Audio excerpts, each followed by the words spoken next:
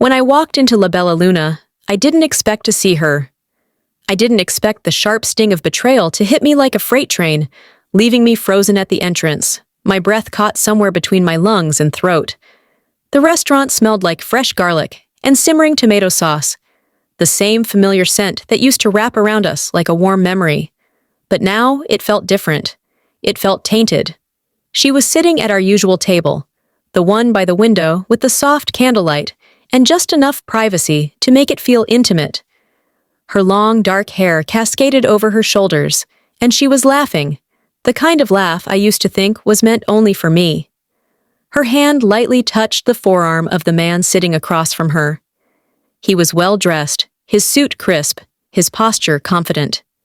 He leaned in, whispering something that made her giggle, and I felt my stomach twist into a knot so tight it hurt. For a moment, I considered walking away. Maybe I should have spared myself the humiliation, turned on my heel, and left before she ever knew I was there. But something in me refused to give her that satisfaction. My blood cooled, my heartbeat slowed, and my mind cleared. If this was how it was going to be, I would play my part too. A waiter approached me, smiling politely. "Table for one?" "No," I said smoothly, my voice steady despite the chaos inside me. "A table for two." The waiter hesitated for a brief second, following my gaze toward the couple at the window. Realization flickered across his face, but he was professional enough not to acknowledge it.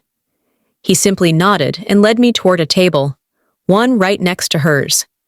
As I pulled out my chair, I felt her stiffen.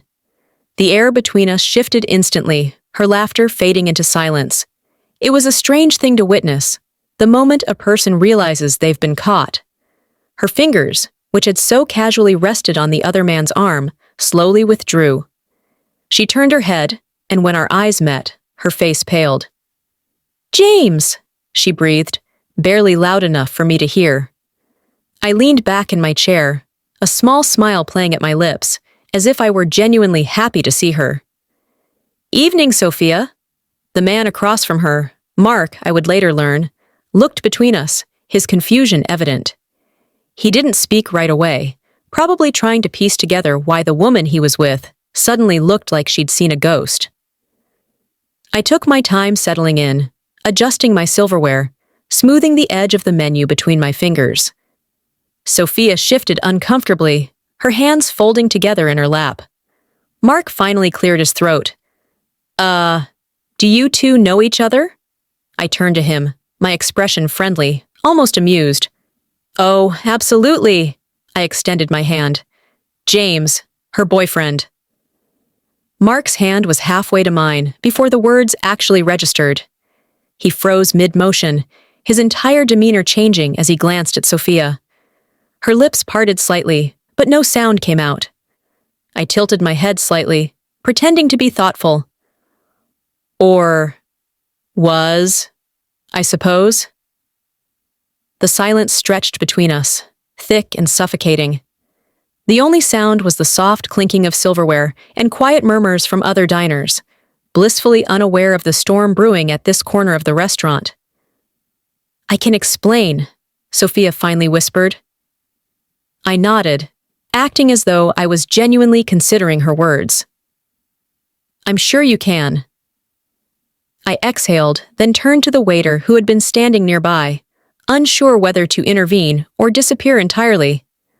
"I'll have the house read, and bring a menu for my date."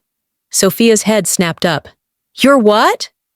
As if on cue, the front door opened, and Emily walked in. She was a colleague, no, more than that. A friend, a confidant, someone who had seen the cracks in my relationship long before I wanted to admit they existed. Her eyes flickered to me, then to Sophia, and understanding dawned instantly. Without hesitation, she walked over, sliding gracefully into the chair across from me. Her lips curled into a smirk, one that told me she was ready to play along. "Sorry, I'm late," Emily said, placing a hand over mine. "What did I miss?" I let my smile widen just a little, my fingers curling over hers. "Nothing important,"